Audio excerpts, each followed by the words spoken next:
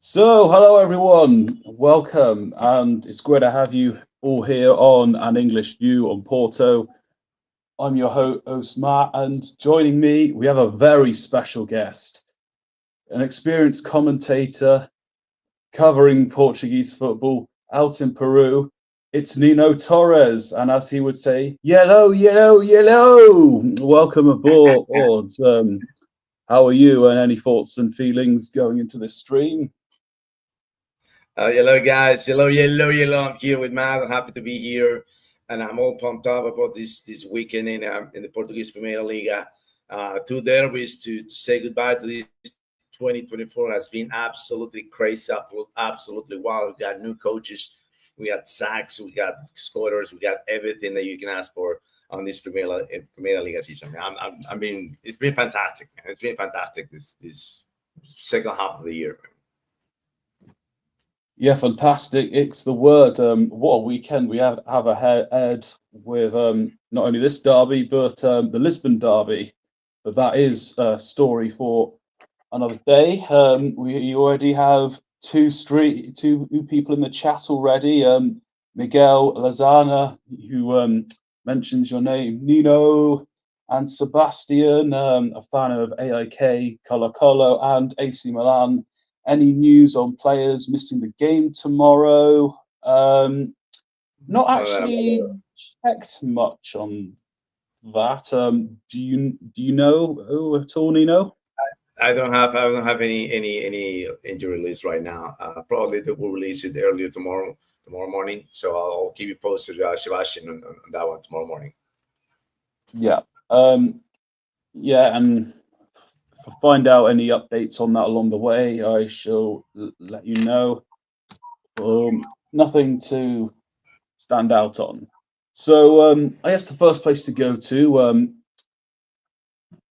when most people don't follow the Liga Portugal, almost they think of the rivalries that involve Porto and the Lisbon teams, but not so much Porto Boavista. So for those who aren't so familiar, we've got Miguel Lazada says that Francisco Mora is out for Porto, he thinks. So but he's been out. So though he is Porto's best left back, chances are we'll see Victor Bruno play Galeno at left back, but we'll go a bit more into that later on. So for those who aren't as familiar, Nino, can you give us some more insight on the Porto derby itself? Porto himself. Well, Porto coming in a fantastic run, undefeated. I've only one of the two undefeated teams in the nation. We're playing at home 8 in a row. I was asking about the history of the Porto derby and some of the background around that. Oh, the background. Okay. Yes. All right. I think a lot of people aren't familiar with this rivalry. This rivalry. No, this is Ciudad didn't beat the rivalry. Ciudad, the Porto derby, Porto has been dominating the scene. This is 100 games that they played between the two. 100 games. All right, and only two times, Boavista was able to beat Porto at the Dragão Stadium. 20 years ago was the last time that Boavista got a victory over Porto. The Dragons dominating the scene since this season, the previous season, and the entire this millennium. All right, only one time were the Panthers able to be to beat the Portuguese side of Porto in the previous millennium. All right, so only one time this year on this millennium, and only one time in the previous millennium. So it's an absolute dominance from the Dragons. But don't take away the capacity of these Panthers to play in big games, right? Because derbies are different, clásicos are different. It doesn't matter the points on the table. It doesn't matter where you stand right now. And I think Boavista is going to put up a tremendous fight against Porto. Yeah, and also another way to look at this rivalry is, I'm sure, or pretty much every football fan is aware of the El Clasico and the Madrid derby. Think of it like that with the Big Three and Boavista, and Boavista's like Espanyol to Barcelona. So similar rivalry to that. If we look at the past 3 games, we could even go back further as well. Last time it saw Porto come from behind to beat Boavista by 2-1. That was a game where the ultras were actually banned, so there's some trivia on that. Did Porto come from behind? I know it was a late winner that they got. I believe that was also Mehdi Taremi's last ever goal for Porto. I don't think he scored against Braga, and yes. So, fun fact there, and it's certainly not a bad game to do it at all. And then last season, the away game saw Porto and Boavista draw 1-1, and Tony Martinez, someone Nino's a fan of, got the goal for Porto that day. And 2 seasons ago, Porto, if I remember correctly, won 4-1 against Boavista, and that was the game where the English striker Danny Namaso Loda got his first goal. So, and if there are any other notable games you want to mention, then feel free. Otherwise, I can go on to the next topic. Well, you know, there's been games for between Porto and Boavista, but blowouts, right? The last 2, around 13 of the 2022-2023 season, 4-1, and also put 4-1 in the previous season, 2021-2022, 4-1. That's the latest blowouts from Porto over Boavista. So that I don't see it. I don't think that this game is gonna be. I don't think it's gonna be a blowout, but we'll see. Anything could happen. Anything could happen in a game. Yeah. So let's have a look at how Porto are doing at the moment. Currently 3rd in the table, only behind Sporting CP on goal difference, only behind Benfica by 1 point. Goal difference not too far are either. Last, it was against Marianne. That was a fantastic game. Fantastic performance by them. It was a good sign of things to come, given that this is the same team that knocked Porto out of one of the cup competitions. Is it the Taça? Taça, yes. Yes.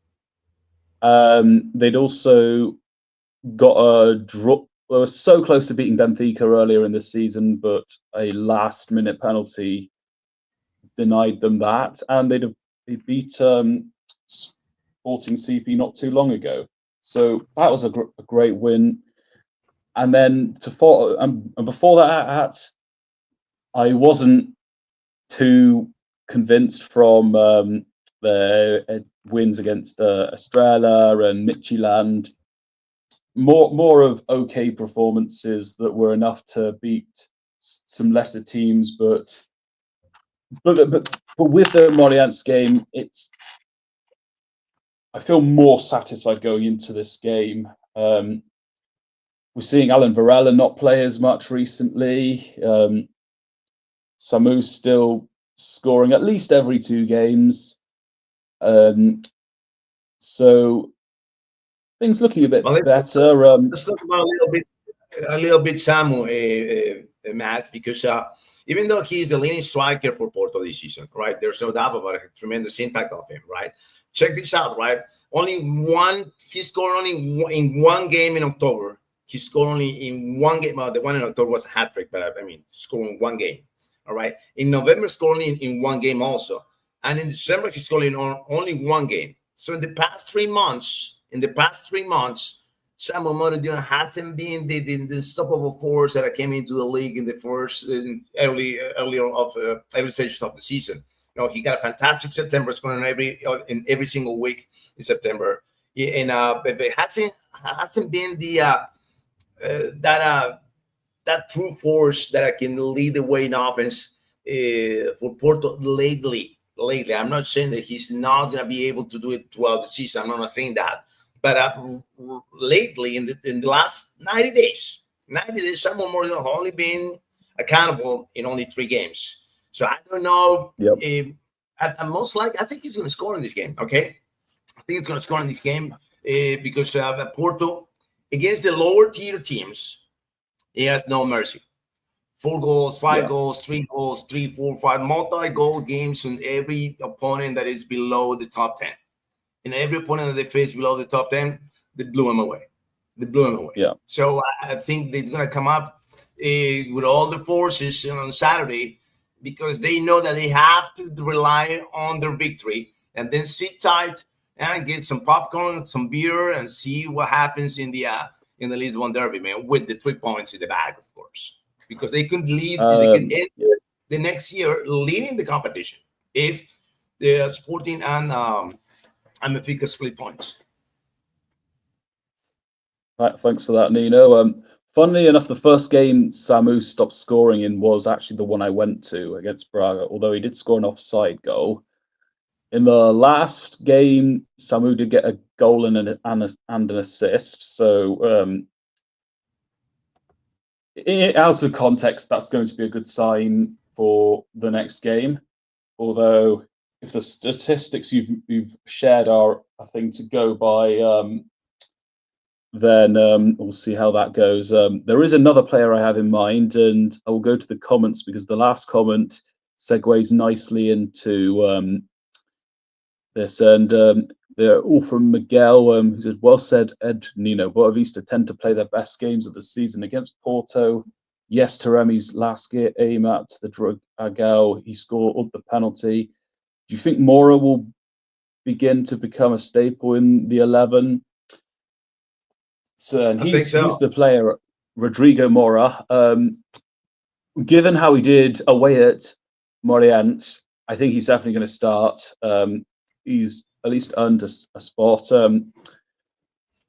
I think for his future form will tell what his future is going to be like in the first 11.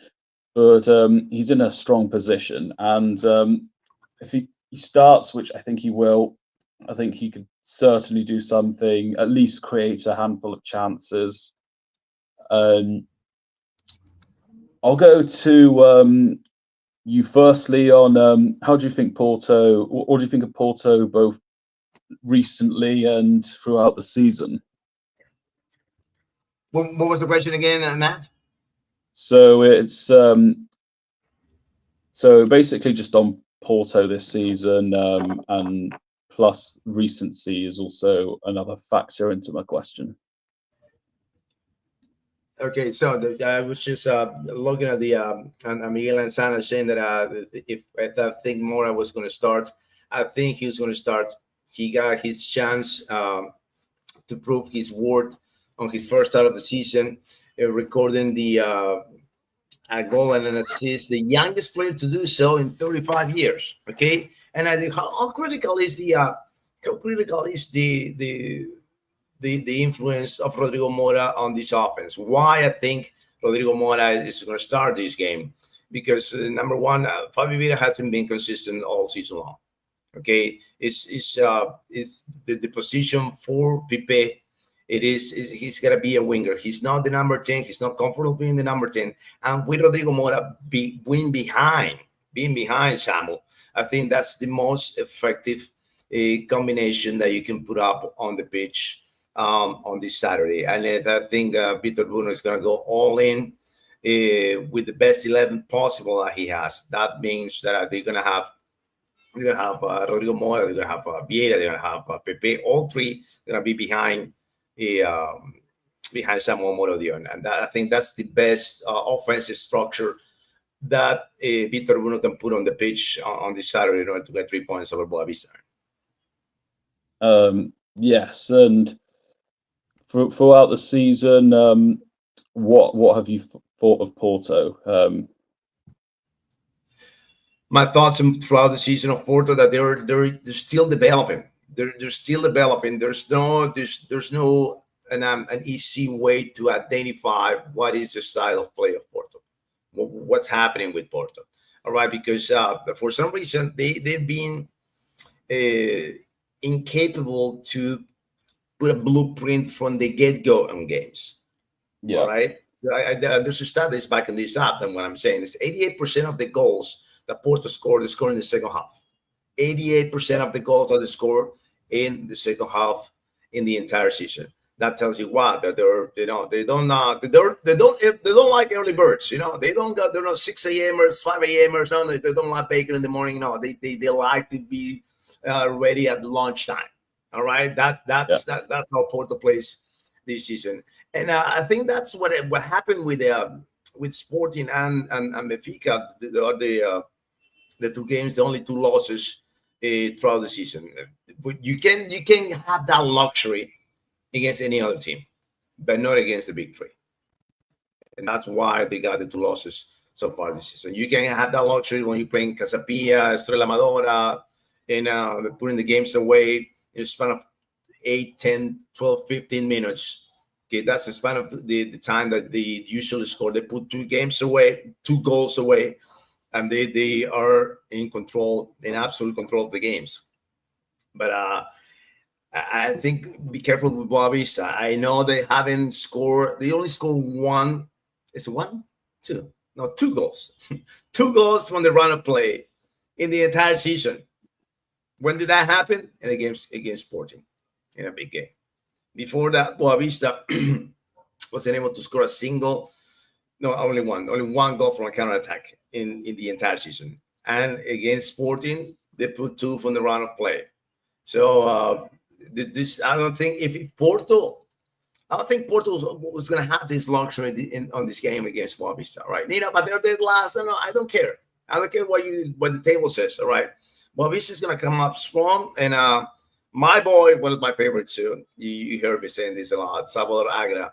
He is he's a key element for these transitions. I think he is one of the I want to say not the best players in I don't want to say that, but one of the best for Boavista in terms to put the input on counterattacks. If the counterattacks run through Salvador Agra, you have, I want to say, a big chance to score a goal if he gets the ball and goes deep into the opponent's box. I would say that. Yes. And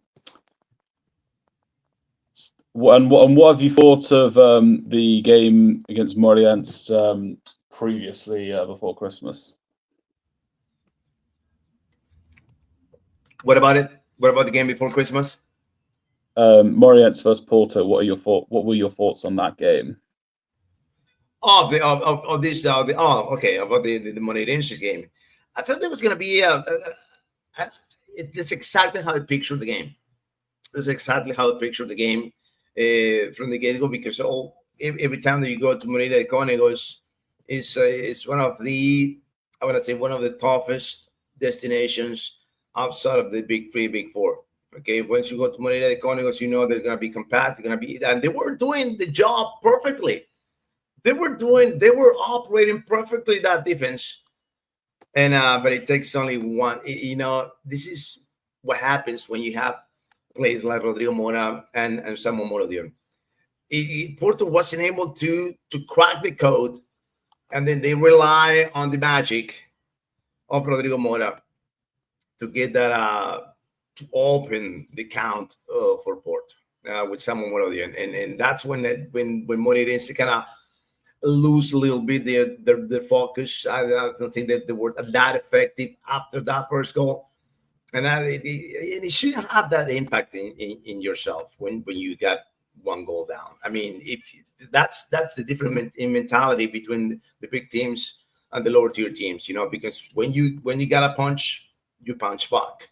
But that's what Morenese wasn't capable of doing that. Man. They were not capable of coming back, and that's why they Porto ran away with a victory.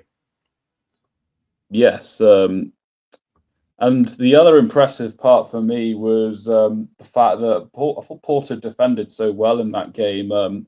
I don't remember like a significant shot that went on target or was like even close to like troubling Costa. So in that aspect, it was fantastic. Before we have a look at more into Boavista, I'll have a look at the comments. So Miguel says, I feel like Porto is still struggling to use Samu, which makes his stats even better to me, because he will go game after game without a single clear-cut chance, which is a shame.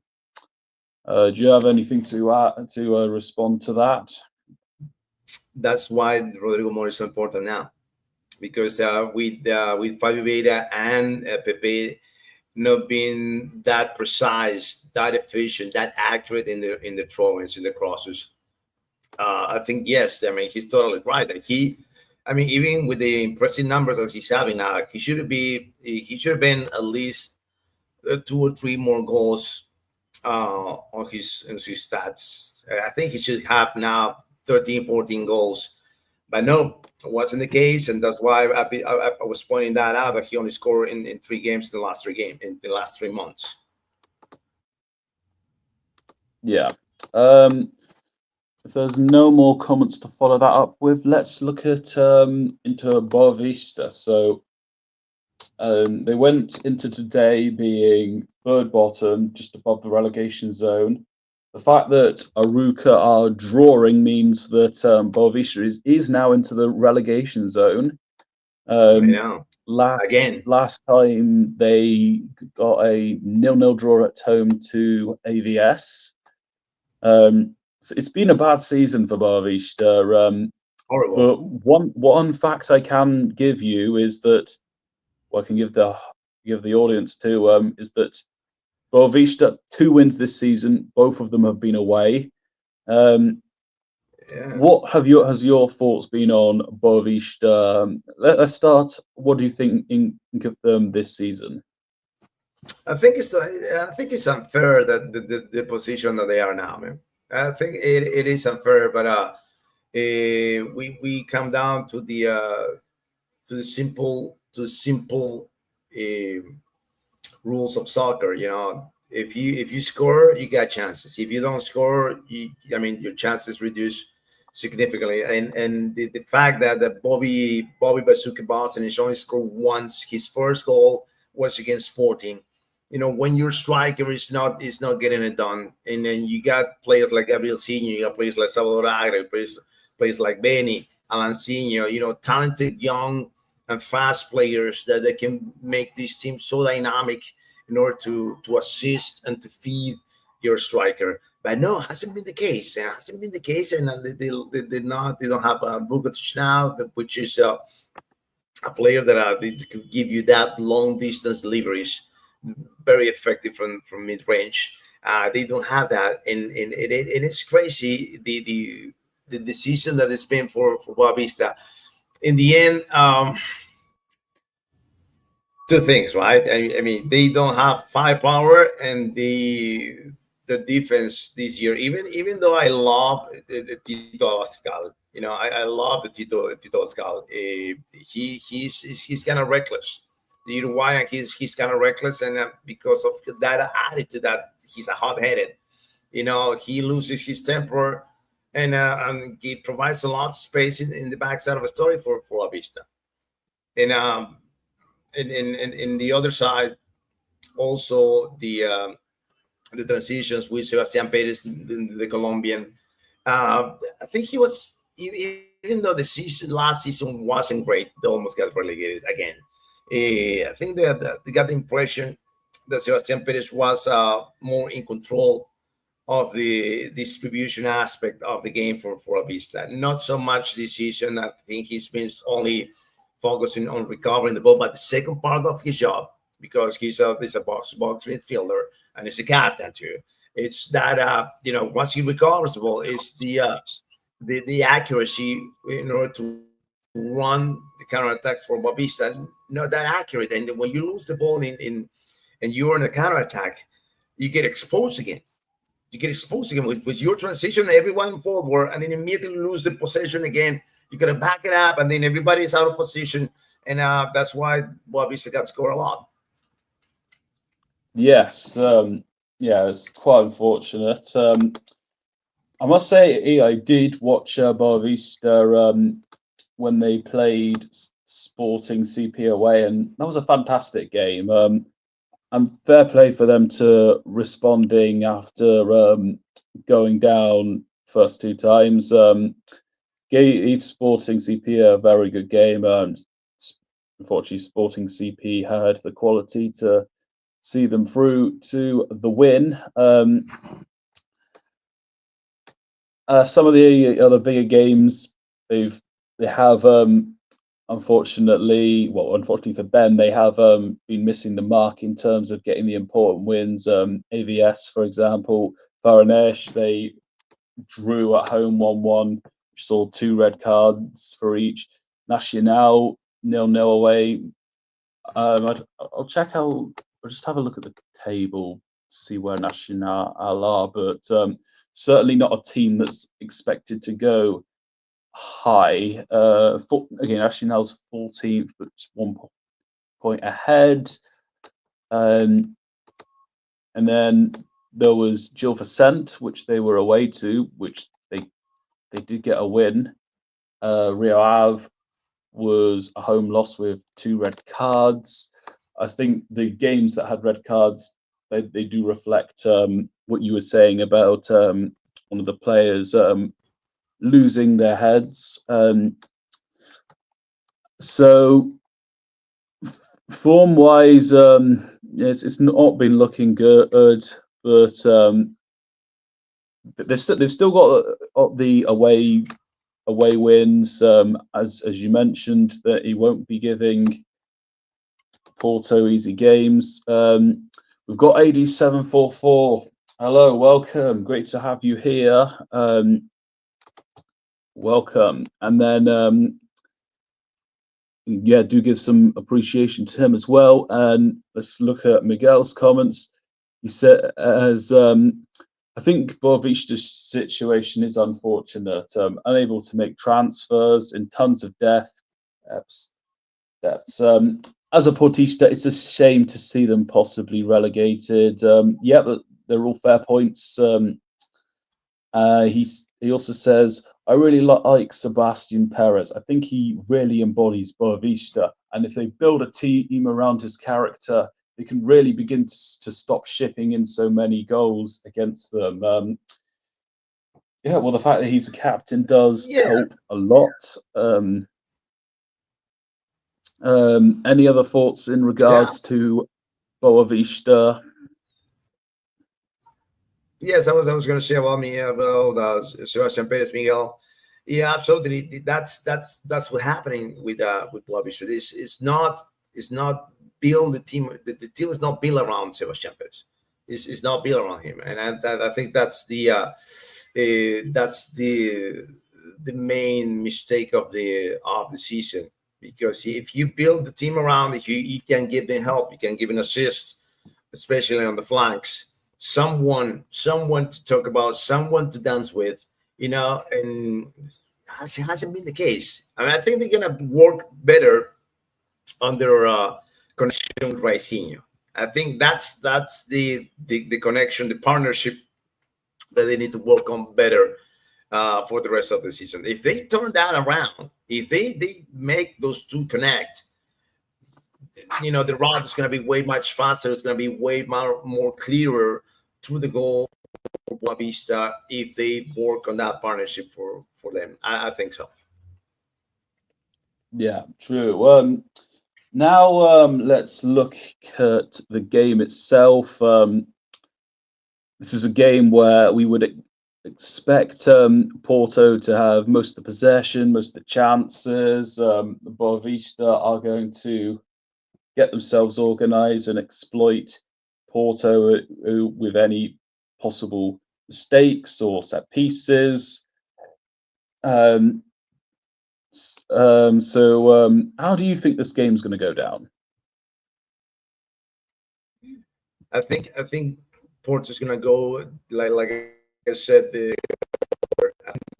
not be the case for a late start for Porto. I think this is the first game of the season that we're gonna see Porto try to eat alive the opponent from the very first minute.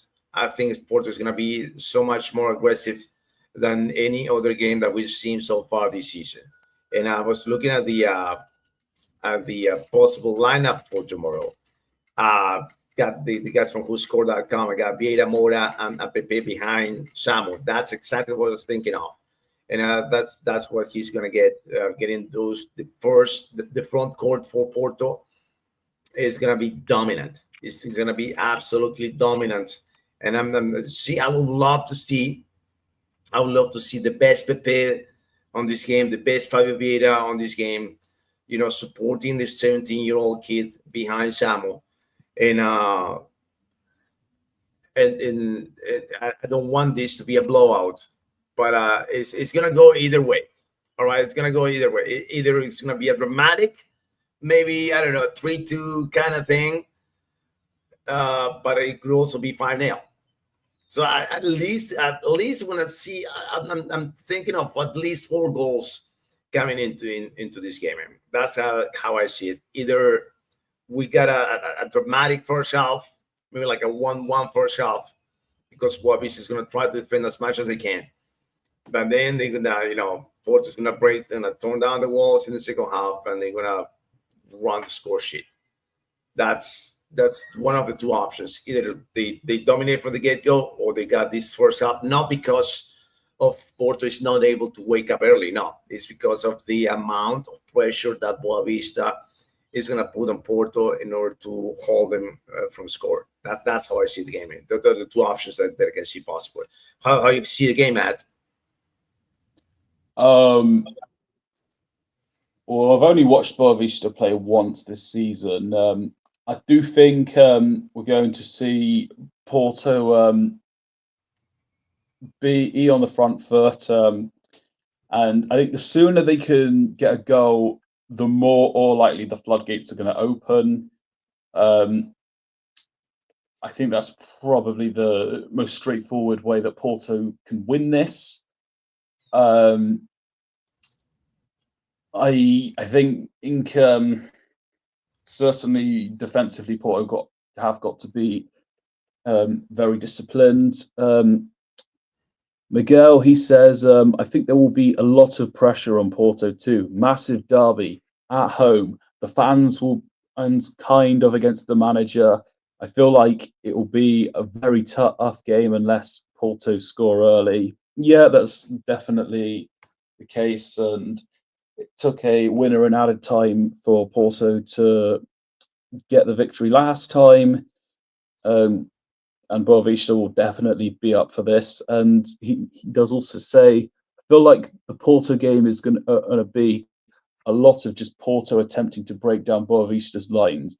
But I do see Boavista having a chance in the break.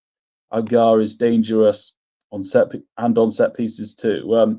Salvador Agar. Yep, he's one of the standout players. Set pieces. Be careful with the set pieces, Matt, because that's all. I mean, that has been the bread and butter for Boavista this season. Since they're not capable to score from the run of play, they rely on penalties and set pieces. All right, every set piece for Boavista is going to be critical. Every single set piece is going to be critical for Porto to defend against Boavista. Okay, either from the left side or either from the right side. All right, Salvador Agro is going to be in there, putting his well-educated right foot to put the ball in the perfect position for his teammates to score. So they've been creative, they've been effective with set pieces, and they can make a difference out of set pieces. So if Porto defends well those set pieces, they should be okay. They should be okay in that department. I'm not saying they should be okay for the game, but in that department. Yeah, if Victor Bruno has his head screwed on, he'll limit Boavista to as little set pieces as possible. And whilst he mentioned Salvador Aga, he reminded me of something I didn't bring up earlier. Stand-up players for Boavista, Sebastian Perez, Salvador Aga, and Robert Brozenik from Slovakia. They're the standout players I would share. Have you got any players to add or any extra information? I would say Bruno Nemiachi too on that left wing because they move him up this season. He was he played as a left back last season, but the coach moved him up this season, and he's been a heck of a player for Boavista in that position. Yep. So with that in mind, I can imagine that Boavista are going to certainly try and use the widths to their advantage when they want to attack, but they can't do it in a counter. Given the threats that both of them can provide, and plus, and that could be a bit dangerous with Galeno at left back, and if Victor Bruno wants to focus getting the attacking midfielders in the centre. So from that aspect, that's going to be interesting. And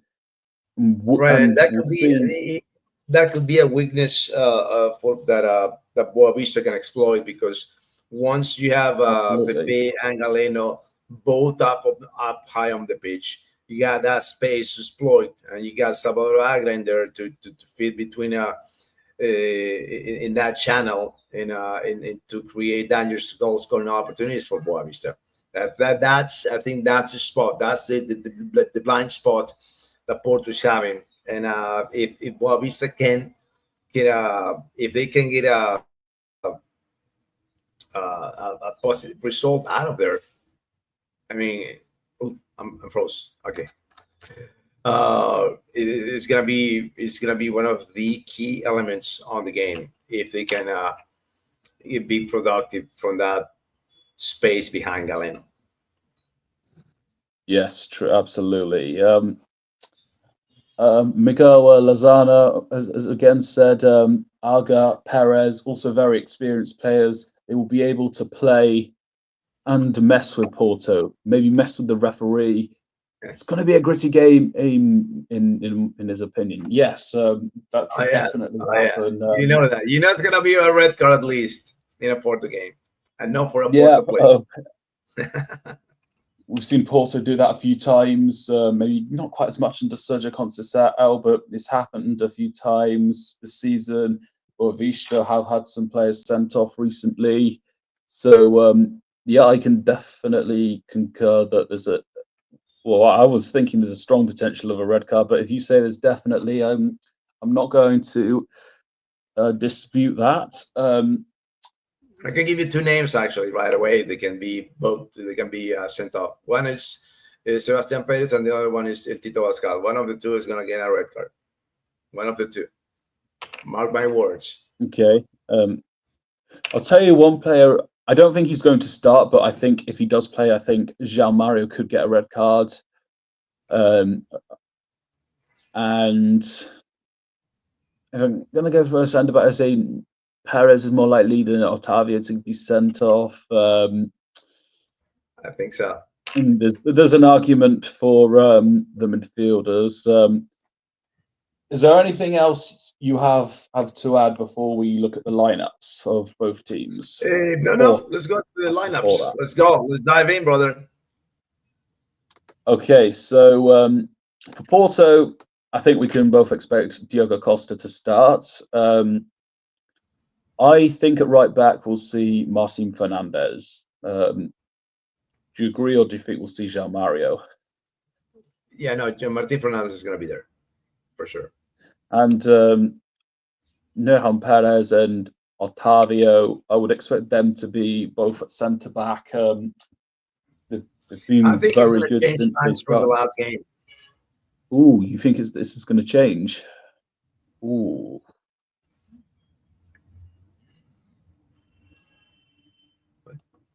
Hello?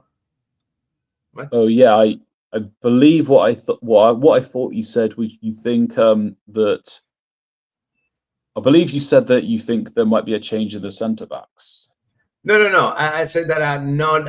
I don't think that there's going to be a change in the lineups from the last game for Porto. I think this Okay. pretty much they're going to present Um, the same lineup as the last game. yeah. I'm not sure if everyone will know. So Galeno, I think, will be at left back. Gonzalez and Estacio, I think, will be in the two. Pepe on the right. Fabio Vieira at the attacking midfield. Rodrigo Mora on the left. Samu at striker. Yeah, pretty much an unchanged lineup with the idea that Galeno is going to go forward, be that wide player, whilst Vieira, Mora, and you even mentioned Pepe are more centrally. For the Boavista lineup, what do you expect them to do? So Cesar will surely start in goal, but how do you think they're going to line up? I think they're going to match up the formation as Porto, same 4-2-3-1. All right, but what I'm not sure is that who's going to be the partner of Sebastian Perez in that midfield. You know, he got listed as Camara, but I don't know. I don't know if he's gonna be the right fit for this game. So we'll see who they put in against. I mean, right next to Sebastian Perez. I will go with Joel. You know, I'll go with Joel da Silva on this one, the 21-year-old. I will go with Started him. last time. Start right next to Seba Perez, in order to give a more dynamic version of this Boavista midfield. It's recoverable, quick, and making to get into a fast break transitions faster. That's what I would think. Because Camara, he holds the ball, he runs down deep to the pitch, but he's not that he. You know what he struggles to? He struggles to let the ball go quicker. You know, Joel Silva is more to touch and go, touch and go. That's exactly what you need with Sebastian Perez and Boavista in order to make a difference and try to make that midfield of Porto that is not that defensive. You know, look at this. You got the three players. You got Mora, Vieira, and Pepe. You know, out of the three, the only one who I would think is more aggressive in the on defense is Pepe. But the other two, I mean, hey, you got a chance. You got a chance if you are able to overload those two. You can go through that wall of Porto. I think so. Yeah, fair enough. We expect the two wide players to stay the same. Yeah, Zinho started at attacking midfield in the last game. Do you expect him to be playing again? I think so. I think so because if you have Onemiach on the left, you got Salvador Agra on the right.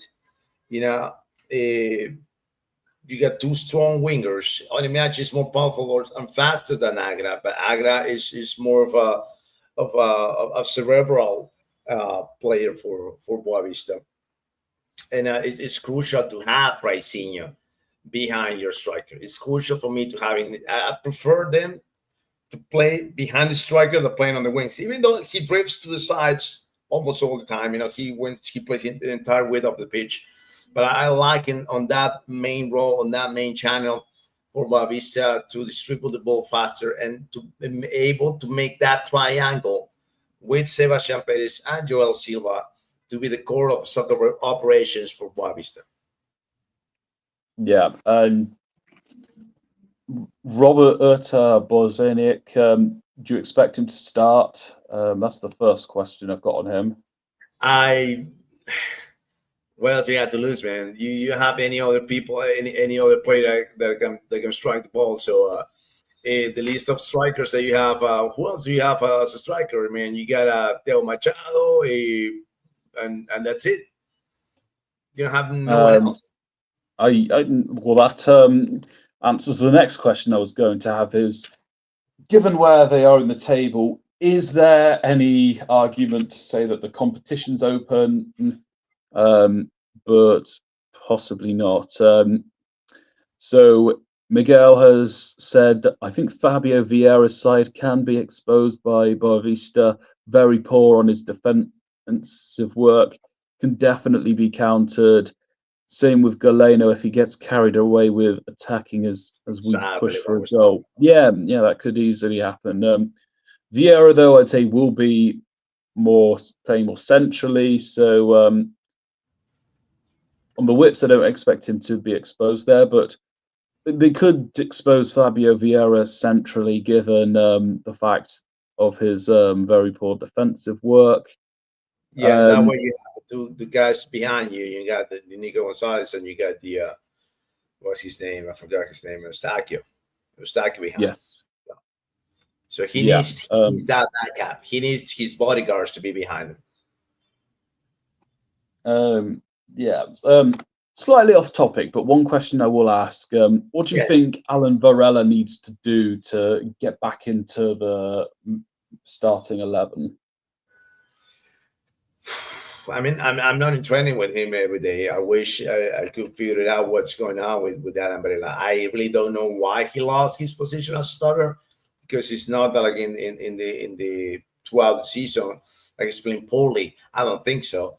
But it's just mainly a coach decision. Sometimes the coaches they have they have preferences for a different player, and it doesn't have to do nothing whether with the players performing or not. It's just like, this is my kind of player. You're not my kind of player, and that's the decision I think that is leaning towards Alan Varela. The only thing you can do is just work as crazy every single day, man. Every single day at the training sessions, and prove the coach that you're worth of being back in the starting 11. Yeah, well, if it is a coaching decision, then it would be a bit of a surprise that it's come to play this recently. But if we do see him again, then I hope we will see him as good as he usually has been in the past. Miguel says, I think Alan Varela came off at the right time. Let's not forget he had not had a rest when he came to Porto. He finishes a season with Boca, then came straight to Porto. Yeah, that's a fair point. And then he follows that up with saying, I also think he was defensively out of form and not showing the same quality as last season, although it could be down to the overall performance of the team. Yeah, but also a set of fair points there. Anything to add before we get to the predictions? No, we're good. Nothing else. I'm just checking something here, Matt. All right, just checking on the performance for Alan Varela. And look at this, man: 7.2, 7.2, 7.4, 7.0, 7.2. Why is the reason that he's not a starter? There's no reason. It's only a coaching decision. Like I said, I mean, I was just double checking how much was the performances throughout the season. And I mean, about 7 points almost every game. So why not being the starter? That's on Bruno's.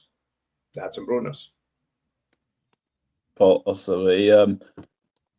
Maybe Miguel's point of his defensive out of form, not showing the same quality. It's debatable, but so certainly a harsh one. Debatable. It is debatable. So, what's your score prediction for this game?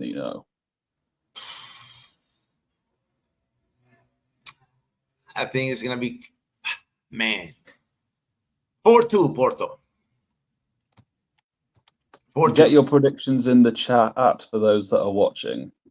All right. That was prediction.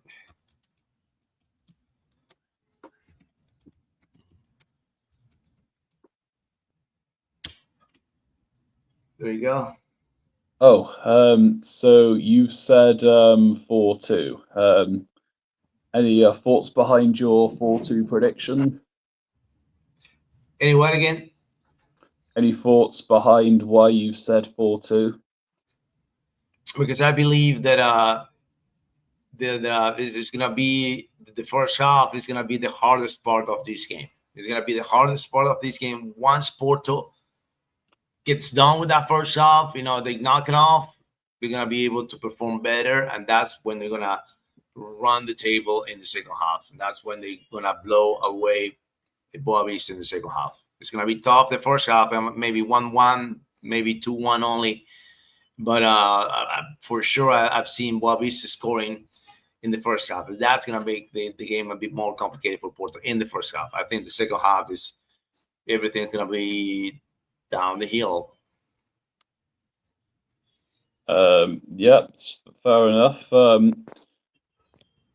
We've got Miguel who says he thinks it'll be hard to predict the game. Thinks it'll be either a gritty 1-0 or a 2-1 or a goal fest if Porto managed to get it clicking early. Yeah, that's very fair, and I do for sure agree that as soon as Porto score the more goals, maybe more one-sided it'll get. And then after you made your prediction, he said Porto are very inconsistent this season and tend to be very slow starters. So it's really hard to predict them in these sort of games with Victor Bruno. And he says, a struggle, I think also besides AVS away, Porto tend to be very conservative and tend to try to hold on to a lead and control the game instead of fighting for more.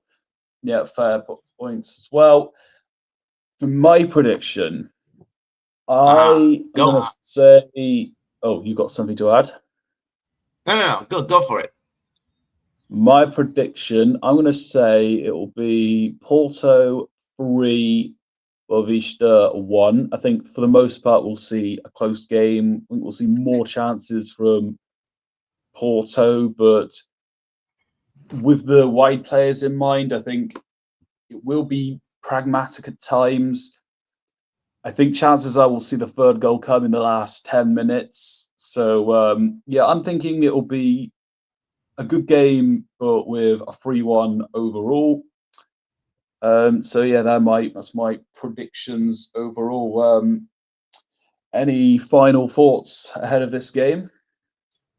Final thoughts about this game. Hopefully, it's a fantastic game. I'm so excited. I'm so thrilled to call this derby and the Lisbon derby on Gold TV this weekend, and hopefully everybody join us to watch. And if you want, you can join me also. I'm going live on my TikTok, so you can check them out. You can have questions for me during the game. Yeah, well, sort of covered the last thing I was going to say. Where can the good people find you? Oh, you can find me on X. I'm ESPNino74, and also on TikTok. You can look me up, Nino Torres. You can and you can show my accounts there. Yeah, got your YouTube channel in the description. I was meant to put your Twitter in there, but I hadn't quite got around to it. But your Twitter is Nino Torres. So yes, go and check out his accounts, and if you've got any access to his commentary, if he is to commentate, then that's great. So what has been happening since you stopped working with Gold TV? What's happening? What again? So after you finished commentating with Gold TV, what's been next for you in terms of the line of commentating? Oh no! Well, Matt. So it was crazy, right? Because it happened in August, but then right away, I got the call from the from Gold TV. So I'm been back since. So I only was off for like, I don't want to say 2 3 weeks, and then I came back. So I'm on Gold TV still. Yeah, fantastic. And always fun to listen to whenever he's on. So yeah, but do check him out on the socials, and if you've got Gold TV, I'm sure you'll have a blast having a listen to him. And of course, if you can watch Chuka Tuesdays, then go for that. We tend to see Derek and Ike, representatives of Sporting CP and Benfica. Sometimes we get the Porto guys coming on. So if all that content interests you, then go and watch that. But we're going to bring the stream to an end. And thanks very much for joining us and giving us the extra information on the stream. Yeah, thanks for coming on, Nino. Hey, no problem. Thank you, Matt. Thank you for having me, and we'll talk to you later. And hopefully, we got a fantastic games this weekend. Yes, final comment from Miguel. A great stream. Have a good weekend, people. Yes, likewise. Likewise. Same to you, Nino. So, oh yeah, thanks to everyone watching, liking, commenting, sharing. Thanks for all the contributions. You don't forget to all our interaction is appreciated. We're building this up. It's great to have everyone and Nino here, and we'll see how things go. The kickoff, but by the time the game ends, it is late, so we'll see whether I do go live the next day, release a video or a short. I'll see closer to the time, but in the meantime, we're gonna end it there. Thanks for all the contributions, and in the meantime, Forza Porto. Yes, sir. Yes, sir. Thank you, guys.